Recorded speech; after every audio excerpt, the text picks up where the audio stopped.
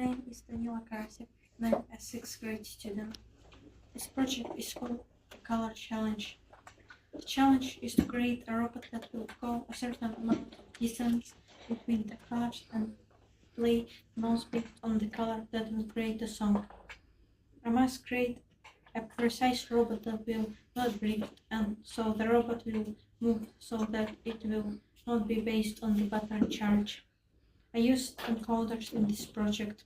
Encoders are sensors that are mounted inside the robot's motor that will count the distance and rotations of the wheel.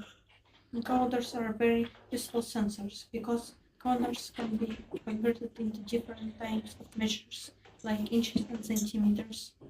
Encoders are also not dependent on battery charge. I have worked on this project for 1 day. Before that, I learned about how to use different kinds of tunes so that robots will make noise. Before I started to write my logic of code, I designed a flowchart that helped me code this project. I encountered many problems while I was doing this project. I had issues with motors that could not make encoders work. The solution was that I replaced the encoders with the other motor. I went through a process while I was doing this project. Firstly, I brainstormed how my robot could move to make a song.